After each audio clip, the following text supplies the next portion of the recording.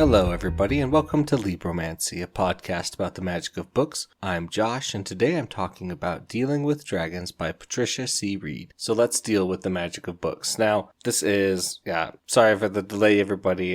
Just had some life stuff come up, and I haven't been able to read or record as much as I would love to. So thanks for still being here if you're here, and if you aren't, then you aren't, and that's okay too. But Dealing with Dragons, I remember my first experience with this book was, way back in middle school, where I was in one class and some of my friends were in another, and they got assigned to read this book, and they were like, oh man, we have to read this book and we have to do all this work on it. And then, in my reading class, in English class, I was like, in reading, I got to read books, right? Because it's reading, but in my English class, never got any fun assignments like reading the book and trying to draw scenes from it or talk about it. And so I read the book and I loved it because, you guys, this is a great book. It's great for everybody. It's great for kids. It's great for adults. It's great for middle-aged kids or young adults. It's just great for everybody. I've really loved this series, so we're going to go through all four of them. At least all three, the first three. The fourth is probably my least favorite, but I still really like it.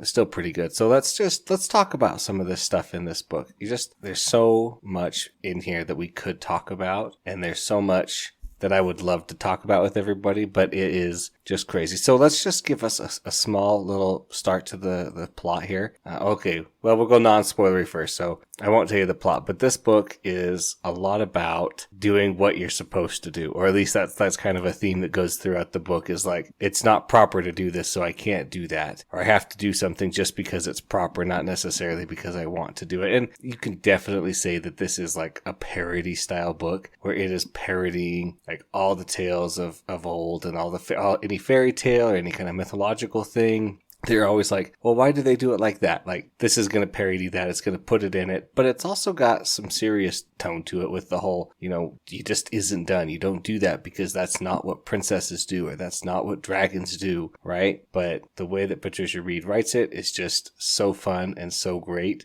I think she did a really, really good job with these. So, and I also think she did a really good job with her writing ability, just her skill. It's easy for kids to read. It's easy for adults to read. She writes it though so that the adults can get some stuff out of it versus what the kids are getting out of it, or younger kids are getting out of it, right? So fun. I thought her characters were really fun. This is a young adult book, but it's more of like a middle grade book, right? And that does not mean that you can't have good characters, but it means her main audience is going to be younger kids. And while younger kids appreciate good characters, they don't necessarily look for the same things in a good character as, like I would look at for maybe. Now, that I'm not saying these characters are bad or one-dimensional. Some of them might seem to be, but I think she has the things built up behind the scenes for them so that they are all different and can stand on their own. All right, so let's just start off with our main character, our Princess Simorine. She is the best character. I mean, obviously she's the main character in this book, and that makes her partially the best just because of that. But she's so funny and headstrong, and she's the one that would survive a horror movie. She'd be the one that goes in and is like, you know what? I'm going to get back in my car. I'm going to leave. This is not right. Or, I'm going to call the cops right away. Or I'm going to do something that's really obvious that everybody should be doing that nobody's doing. So funny. So we're going to start the book. We're going to get into spoilers here, so just be aware. When Princess Simorine is growing up, she decides that she doesn't like to learn about etiquette and dancing and all the other stuff that princesses are supposed to know and to learn. And so for her first act, she decides to bully the fencing teacher into giving her some fencing lessons. And then the king finds out and he's like, well, you can't do fencing. And she's like, well, why not? And he's like, well, it's not done. Princesses don't learn fencing. And he's like, well, I'm learning fencing and I'm a princess, so princesses do learn fencing.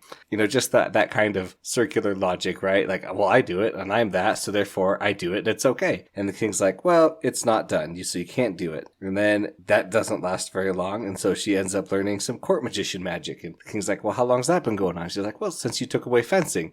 He's like, well, you can't do that anymore. Now, learn some more other boring stuff, like how loud you're allowed to scream when you're being carried off by a giant. But as she gets bored again, she then learns Latin, some cooking lessons, some economics lessons, some juggling lessons. And then she summons her fairy godmother, and she's like, I need to get out of here. I need to do stuff. And they're like, oh no, you're okay. It's fine. It's so funny. Like, she just calls up her fairy godmother, and the fairy godmother's like, oh no, you're fine. Like, you'll figure it out. You'll just keep being what you're doing. Keep doing a princess stuff. Quit doing all this other stuff that you're not supposed to do. So she runs away, ends up running away to some dragons where she kind of volunteers to be a dragon's princess, and she is chosen by Kazul to be Kazul's princess. Now, we're just going to breeze through some of this plot here. She ends up staying with the dragons. She really likes it. She enjoys it. She keeps sending all the knights away, and then she tries to trick the knights and says, like, oh, I have a twisted ankle. I can't go down with you. She tries to send the knights to other princesses. It's hilarious just because she's like, I'm trying to get work done, and you knights keep bothering me every day. And the guy she was supposed to marry, Thranduil, shows up, and he's like, well, how many knights has the dragon defeated? And he's like, well, there's been 8 knights so far. And he's like, oh, well, I thought there'd be higher. Maybe I should come back later when your dragon's defeated more knights. And she's like, well, it's going to take a while. Then she hasn't defeated any knights. And the knights, like, Thranduil's like, what do you mean? You just said that they defeated 8 knights. And she's like, no, I sent away 8 knights. My dragon didn't defeat any of them. It's just funny.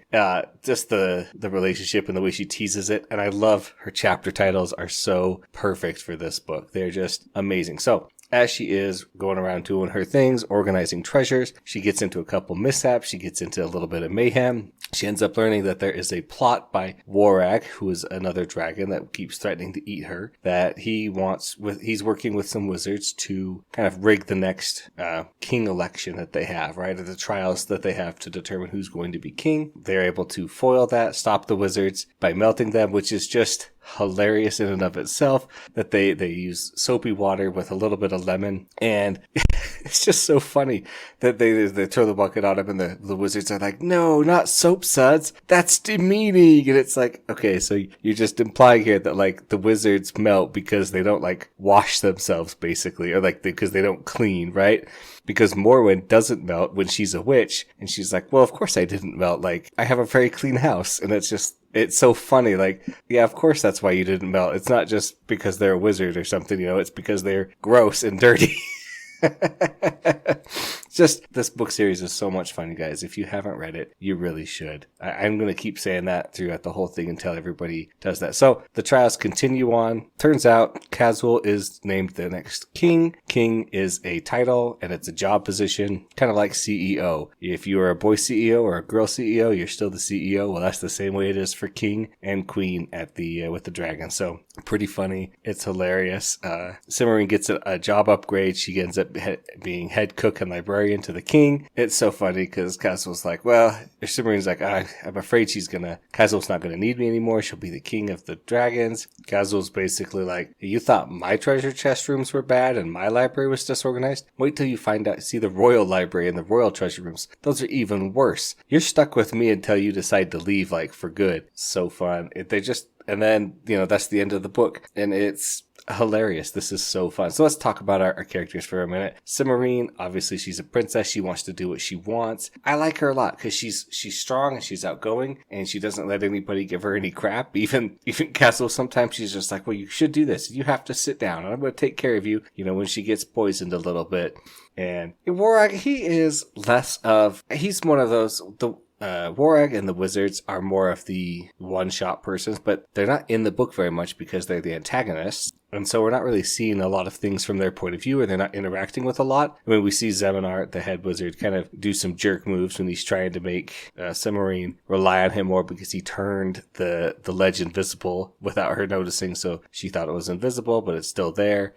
But, we get this motivation behind him. We learned that, when a dragon stops acting dragonly, they turn into a toad. That was pretty funny.